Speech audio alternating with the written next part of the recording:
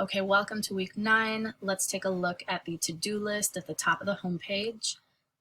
First up, you have your second argument in Unit 1, Understanding Arguments. Next, we're finishing up the Truth Tables modules. And third, we are beginning Unit 3, Inductive Standards. So let's just scroll down to the schedule of modules here. So as you can see visually, we're finished with Unit 1 after this quiz. So the point of Unit 1 is to be able to identify, analyze, clarify, and extract arguments from passages, to specifically extract what's essential, what's being asserted, and how exactly the reasoning goes in the clearest way possible. We'll take a look at the practice quiz for this material in a second. In Unit 2, we're looking at deductive standards for evaluating arguments, validity and soundness, but we're really focusing on validity here. Our upcoming logic quiz next week is going to put together translations and truth tables. So the goal here is to have arguments in English that we can translate into our symbolic notation and use a truth table to determine whether or not those arguments are valid. So we're going to put those skills together for quiz 2. So far, we've been focusing on being able to set up a truth table and to figure out when statements are true or false. Now for this last section of this material, we are going to construct joint truth tables for multiple statements, and we're going to examine relationships between statements. One relationship of interest, of course, is validity. So we'll use truth tables, now that we've constructed them, to determine whether or not arguments are valid or invalid. We'll take a look at the homework for this in a moment.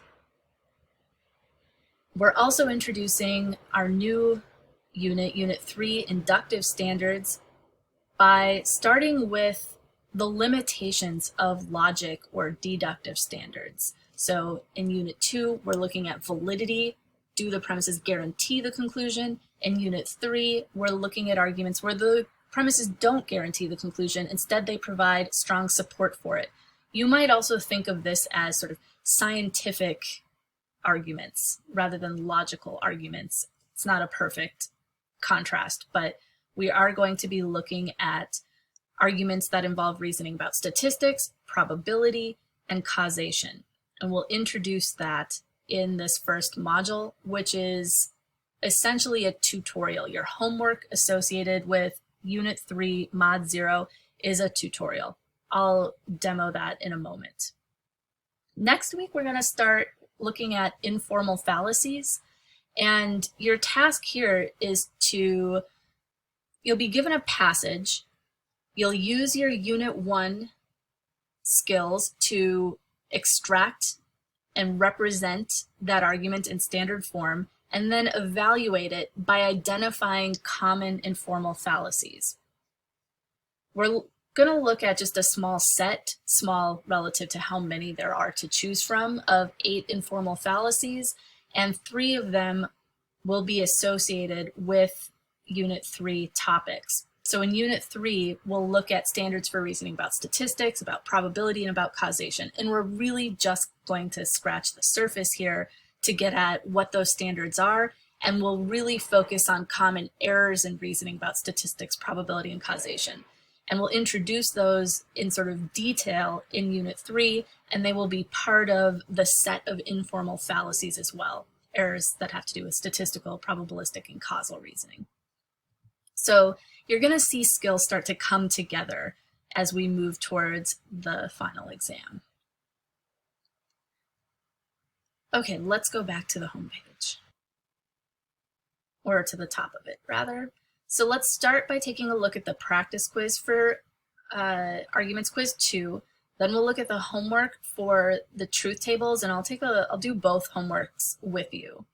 And then we'll briefly look at the homework for limitations of logic, which I said before is essentially a tutorial. Okay, so back down here, let's click on this.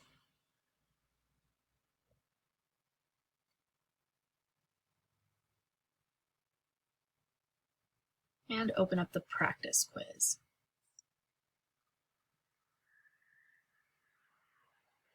Okay, as usual, the Canvas version, the actual quiz will resemble very closely your practice quiz. There will be some differences just in trying to make it, certain questions auto-graded, but it's essentially the same skill set, same kinds of questions. You should expect a multiple choice question that comes from Unit 1, Mod 5, clarifying arguments. You should expect a question like this where you are identifying different features of arguments because this is part of the process of clarifying and reconstructing. And then you'll be asked to reconstruct this argument where you've identified these various pieces in standard form. You can also expect a question where your task is to regiment the terminology. So the various things that are italicized, bolded, or underlined are hints.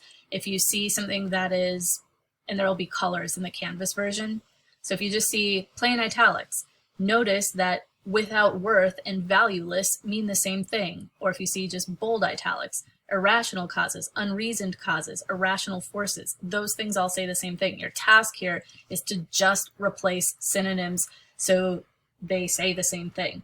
When you use a thesaurus a bunch, you can obscure the relationships between statements, the progression of ideas. So that's, one thing to watch out for when you're using a thesaurus in your writing. Okay, you'll also have a just general, here's a passage, distill the argument, reconstruct this in standard form. For these first 5 questions, you're not expected to identify any implicit premises, just the basics here. You'll have 3 questions where the point is to identify implicit premises and a conclusion, and there will be 4 diagramming questions. On the practice quiz, they are short answer, but on the actual quiz, they will be multiple choice. Okay, that is the practice quiz. Okay, next up, let's take a look at the homework.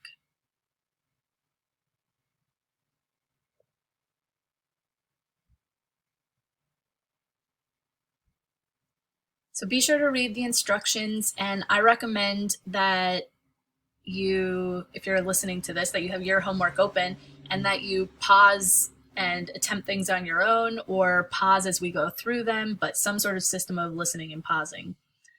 But make sure you do actually read everything. I'm going to skip some things. So our instructions for just setting up truth tables for single statements, this is what you did last time. And there are a couple of questions just to remind you how do we identify the number of atomic statements? How do we identify the number of rows needed? How do we identify the number of columns needed? So atomic statements, just count the number of different letters, A and B, that's 2. The number of rows depends on the number of statements. For 2 statements, that's 4 rows. And columns depends on, there's not really a perfect rule for this, and so I just recommend going with, you need to have the whole thing in a column, so that's 1. Each part needs to be in a column, so that's 2, 3.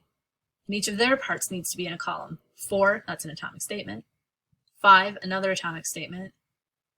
6, and now these parts have already been in, A and B are already in, so we got to 6.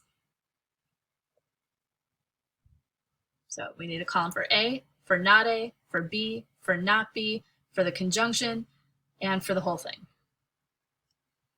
There are a couple more questions like this. The next question is asking you to identify errors, right? So let's go through and identify potential errors. Keep in mind that you might be looking at different questions, but they are testing the same concepts and the same skills. Right? So let's start with this one. Step number 1, how many atomic statements are there? 2 different letters, Q and P. Are they in alphabetical order? Yes, P, Q.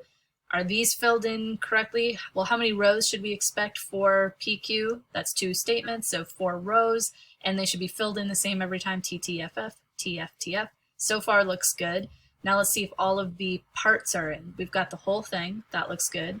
We've got the antecedent in, we've got the consequent in, and its parts are all atomic statements. So far everything looks good. Was that everything? Yeah, checks out. Okay, let's look at the next one. P or not P and not P. How many atomic statements are there? 1. How many rows do you need for one atomic statement? 2, because the rows are the possible truth values we could have here, and there's only 2 possible truth values, T or F, right? So we know this one's wrong already. There's too many rows. Next one, Q or P, then not R. Step 1, how many atomic statements are there? QPR, that's 3. So do we have a column for each atomic statement? No. And do we have enough rows? No. So we should have 3 atomic statements, 8 rows. And notice if we wanted to fill in the column for not R, what column do we need to look at? Well, not R is the negation of R. So we need to look at R, and there is no R. So you need to make sure R is in here. Not R is not an atomic statement. Finally, if not Q, then P. How many atomic statements? 2, Q, and P. Do we have? No. So this should be P and Q. Not Q is not an atomic statement. So that's a problem. We're missing the column for Q. So that's not correct either. Okay, so those were the errors for these 3. Next question. Which of the following are true of this truth table? So again, we're kind of looking for errors. There's a bunch of questions about looking for errors, and you're going to see questions like this one, exactly like this one, on the upcoming truth table quiz. So which of the following are true for this statement? P or not P and not P. P or not P and P. Okay, so step 1. How many atomic statements are there? There's just 1 P, so we can already see it's got too many rows. But what else is here? So do we have all the columns present? We're going to need this in a column. We got it. We're going to need this in a column. Good. This is an atomic statement. These, got it. This is an atomic statement. Okay, so all the columns are present. That's good. So all atomic statements are present. Are 1 and 2 filled in correctly? Well, let's look at 2. 2 is not P.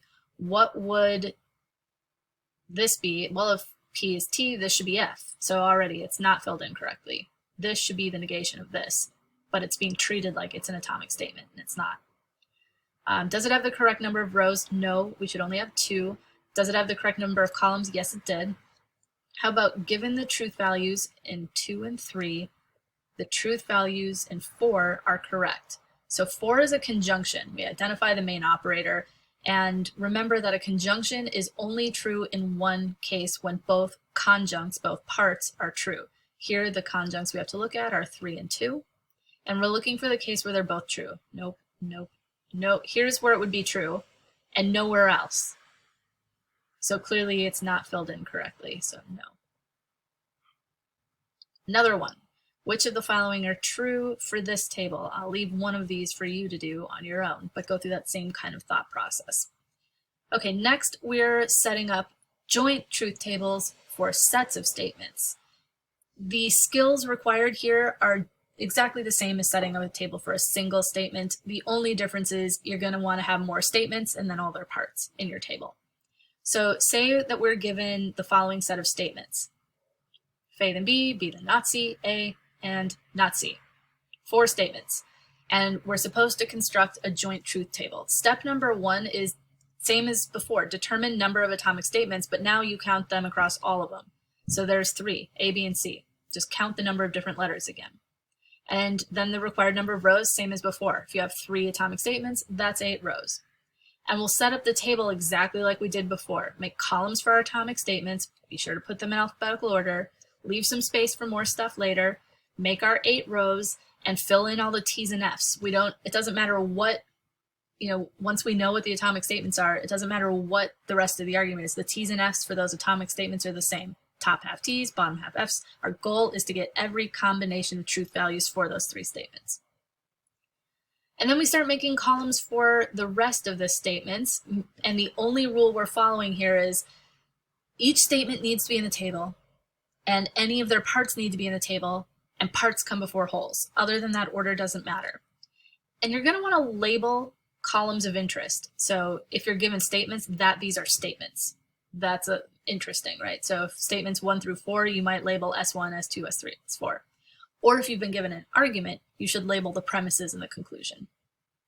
Because you are going to be asked questions about your table. So a kind of question you might be asked is, are statements 2 and 4 equivalent? You'll need to know which columns you're looking at, so it helps to label them. Okay, I'm going to skip past the example here for now. This is probably unclear if you haven't looked at the text yet. Hopefully you've already looked at the text before you get to here, but if not, this won't be helpful until you've looked at the text and started the next homework. The purpose of this homework is just setting up truth tables. Okay, which of the following are true of this joint truth table? So this is our last question, and it's really just same kind of question as before, but now we've got a joint truth table because there's more than one statement in it. So we're given a set of statements, x and y. And if y then x, and if x then not z. And we've constructed a table for it. So step number 1 would be to count the number of different letters. How many atomic statements are there? There's 3. So we should expect there to be 3 columns and 8 rows. We can see there's already problems. We have each of the statements we are given in the table. Are there parts in the table? Y is, X is, that's good. Yes, X is in the table, not Z is in the table, but what's missing is Z. When we go to evaluate not Z, we have to look at column Z to do that. So we're missing something important here. So are all atomic statements present? No. Are they in alphabetical order? Also no. Does it have the correct number of rows? No. Given the values in columns 1 and 2, the truth values in 4 are correct. Is that true? Well, 4 is a conditional, and it's only false when the antecedent is true and the consequent is false. So we're looking for the TF case that's here. Good. And every other case is true. So that looks good. How about given the truth values in columns 2 and 3, the truth value in 5 is correct. So columns 2 and 3 and 5. Is that correct? So again, it's a conditional.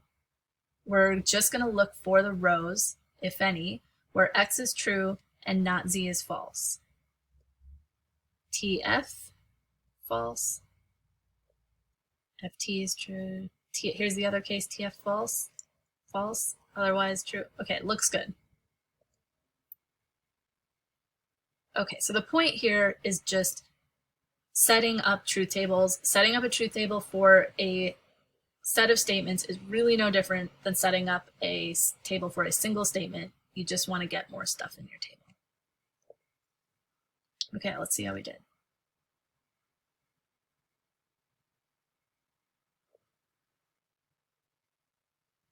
Okay, and let's take a look at the other homework. Now that we're done just setting up joint truth tables, let's focus on the relationships between statements that we are interested in evaluating.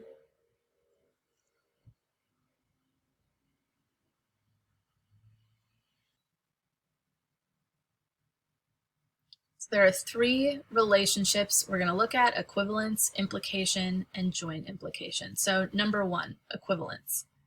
Here's an example. I have neither a cat nor a dog. I don't have a cat and I don't have a dog. So let's translate that into symbolic notation. Let's see, do you have a cat? Do you have a dog? I have neither a cat nor a dog. Let's translate that as not C or D, and I don't have a cat and I don't have a dog. Not C and not D. Once we have our statements of interest, step number 1, count the number of atomic statements. There are 2, C and D. Put them in alphabetical order, fill in our T's and F's for our 4 rows. Then make sure that each statement ends up in the table. So statement 1's in the table, statement 2's in the table. And then make sure its parts. So this is the negation of C or D, which means C or D needs to be in the table, and its parts are the atomic statements therein. This is a conjunction of 2 negated statements. Those each need to be in the table, and their parts are C and D, and that's already in the table. Okay, so other than that, order doesn't matter. It doesn't matter that 1 came before 2, as long as parts come before wholes. And if we were doing this with pen and paper, we'd probably want to label this S1 and S2. I've just made them yellow, so it's clear. Okay, so let's fill in the T's and F's. If this is T, then the negation of that is F, F, F, T. Now let's take a look at C and not D. This is a conjunction of these two statements. So we're looking at these rows. A conjunction is only true when both parts are true. So let's just sort of look for the, oh, here's one where they're both true. And there may or may not be one, the rows that you're looking for. We'll just automatically fill in the rest F's. Okay, so these statements are logically equivalent. And we can see that because they have the same truth value on every row, which means that it doesn't matter what the truth values of C and D are. Whatever they are, these compound statements will have the same truth value. If they're both true, F. You get the idea.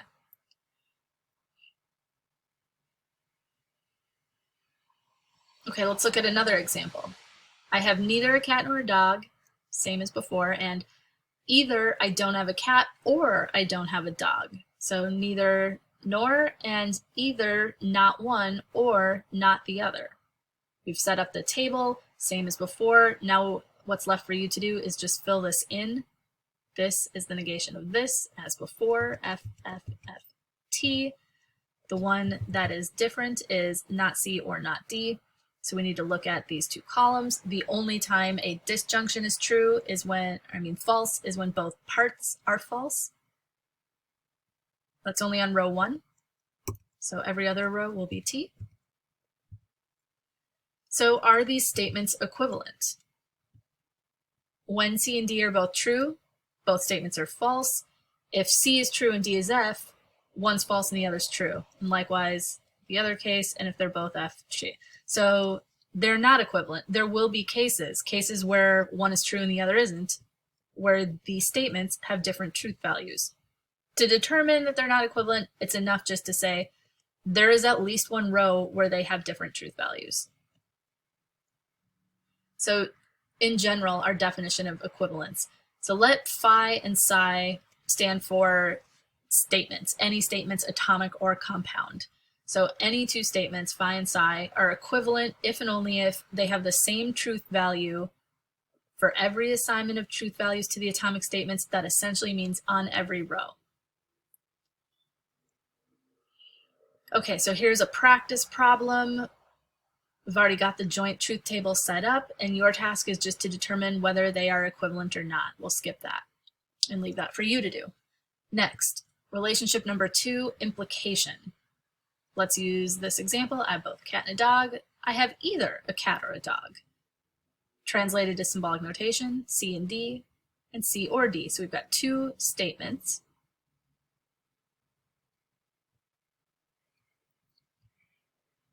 We set up the truth table by counting the number of atomic statements. That's 2, alphabetical order, 4 rows, fill in the truth column, truth values, same every time.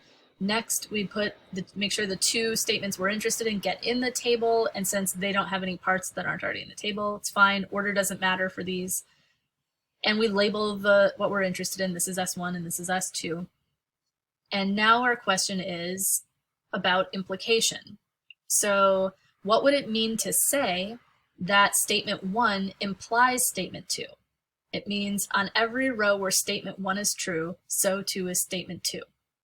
In other words, there's no row where statement 1 is true and statement 2 is false. And this kind of makes sense, right? So if you know that I have a cat and a dog, then it has to be true that I've got at least one or the other, right?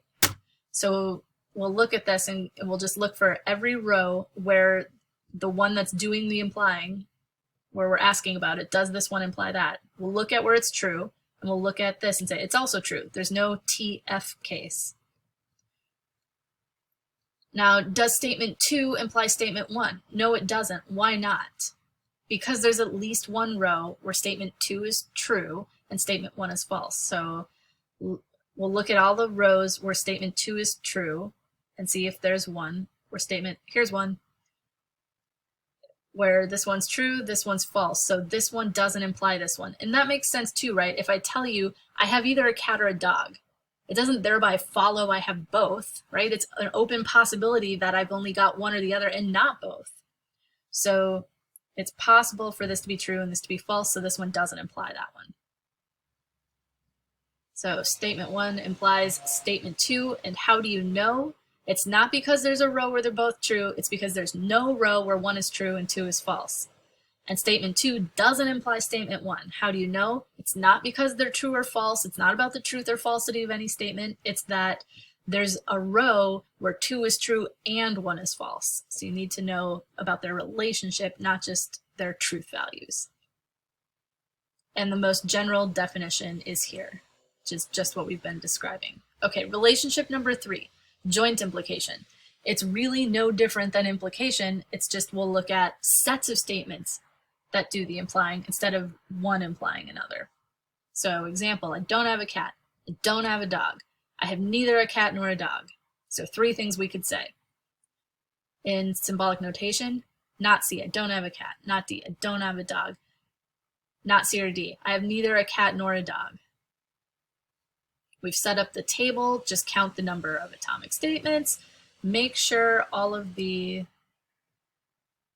parts are in the table. So this is in the table, its part of C or D is in the table. These need to be in the table. Their parts are just C and D. Everything's in the table. Order doesn't matter except for this needs to come before this because parts before wholes. And then fill in the truth values for these using the definition of negation, of disjunction, and then negation again. And now that we've got the table set up, we can ask questions about implication. So on which row are statements 1 and 2 both true? Well, let's look at statements 1 and 2.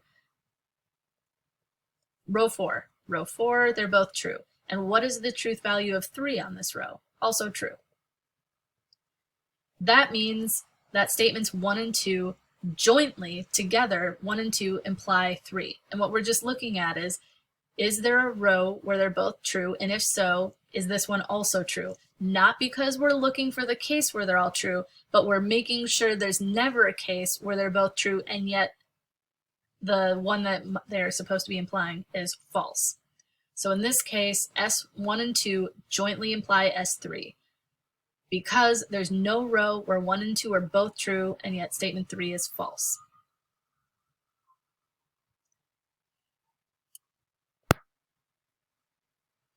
Okay, I'll leave one for you to practice on your own. Our next relationship is validity. And guess what? Validity is just joint implication, except for instead of looking at 3 random statements, we're looking at an argument where one is supposed to follow from the others, right? So I have either a cat or a dog. I don't have a dog, therefore I have a cat. Either C or D, not D, therefore C. To set up the table, we count the number of atomic statements, we put them in order, there's 4 rows, we fill in these, we make sure each statement ends up in the table. One statement is C, that's just the atomic statement, that's fine, it's already in. We fill in this column given our definition of negation, we fill this one in with the definition of disjunction. Now that we have a table set up, we can evaluate this argument. And the question is, do the premises jointly imply the conclusion? For every row where the premises are true, the conclusion is also true. There's no row where the premises are both true and the conclusion is false. So on which row are the premises both true? And there might not be one, FYI, but in this case, row 2.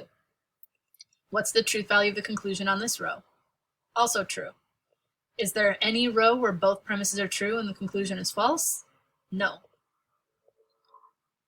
And that is what it means for an argument to be valid, right? So what you're essentially looking for is a counterexample row. A counterexample row is a row where all the premises are true and the conclusion is false. If there is a counterexample row, it's invalid. If there's no counterexample row, it's valid. Okay, for Q7 is you practice it, and the point of this asterisk and X business is just to highlight what we're looking for when we look at validity. So here's our argument. A or B, not B then not A, A, therefore not A. And as you can see, the truth values, or the truth table, is already all filled in.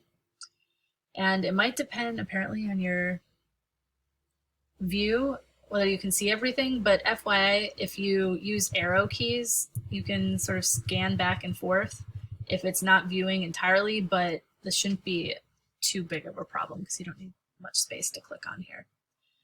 Okay, so the idea is this. We've got the argument, it's already in, here's premise 1, 2, and 3.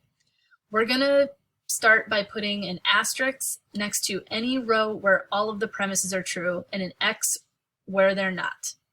So this is X asterisk, all of these options. So let's look at P1, 2, and 3. Rows where they're all true. They're all true on this one, asterisk. Are they all true on this one? True, true, false, nope. F, nope. F, nope. Okay, so there's only one row where they're all true.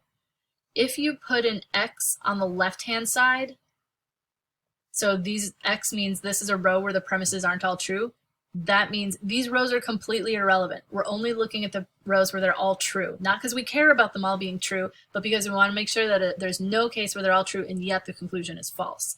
The cases where there's at least one premise false, these are just irrelevant. So anywhere there's an X, we can just go over here and put I. These rows are irrelevant. Now, if you put an asterisk on the left-hand side and the conclusion is also true, put the letter N for not a problem. Okay, so the premises are all true, and what's the conclusion? F, so we don't get to put an N for not a problem. Instead, if you put an asterisk and the conclusion is false, we should put a C for counterexample. So this is a counterexample row. Premises are true, conclusion is false. So this argument is invalid because there's a counterexample row. Your other options are there's a row where the premises and conclusions are all true, there's no counterexample row, or there's no row where the premises and conclusions are all true. This is the most likely wrong answer that people choose for this. It's not because there's no row where it's all true. It's because there is a row where the premises are true and yet the conclusion is false. That's the point. There will be lots of cases where there'll be a row where everything is true, but so long as there's one where the premises are true and the conclusion is false, that ruins the argument.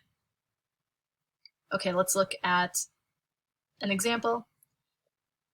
Not A and B, A, not B. So we've got our table set up for us. We've got the premises labeled and the conclusion labeled, and we're asked to figure out if this argument is valid or invalid. So if we were using the sort of asterisk method here, we'd look at the premises, X, that would be an X, and an I for irrelevant. Premise is true, true, we'd star that one, we have to look at it. FT, FT, XX, irrelevant, irrelevant. There's only one relevant row. And the conclusion is true here, so we'd label that as N for not a problem. That doesn't tell us it's valid, it tells us it's not a problem. It's because it's the only time the premises are true, it's also true. If there were another row where, let's say this was T and this was F, that one row would ruin the argument. So this row is not enough. It's that it's whenever the premises are true, so too is the conclusion. So it's valid because there is no counterexample row. And my practice advice for you is to do lots of exercises. This is the bare minimum. This is just an opportunity to practice and try it out and get immediate auto-graded feedback on your practice and just get used to the concepts we're applying. And what you should do is take out the homework practice packet and do some on your own from start to finish. And if you can do that confidently without looking at stuff, then you know you've got it. And that's where you want to be before you sit down to take the quiz. And definitely before the final exam, right? So you don't want to get to the point where you're just kind of like, I get it when I watch you do it. You want to be able to do it on your own. That'll serve you well for the quiz and for actually remembering it and being able to do it again on the final.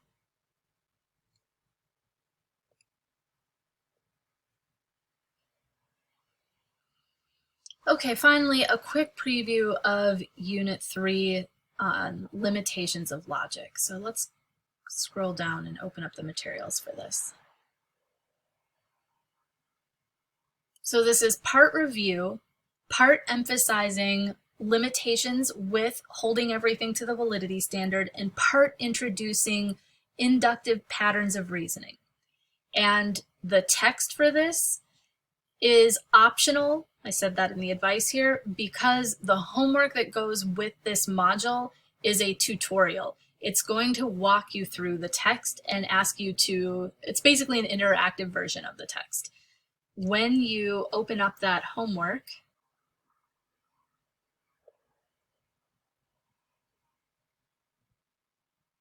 you'll see that this one actually has pages, right, where you go through. So be sure to read everything. The point of this is that it's a tutorial, not to get the points. The points are going to be super easy to get on this one, and I'll show you why in a moment. But the point is to learn, right? So be sure to read all the pages.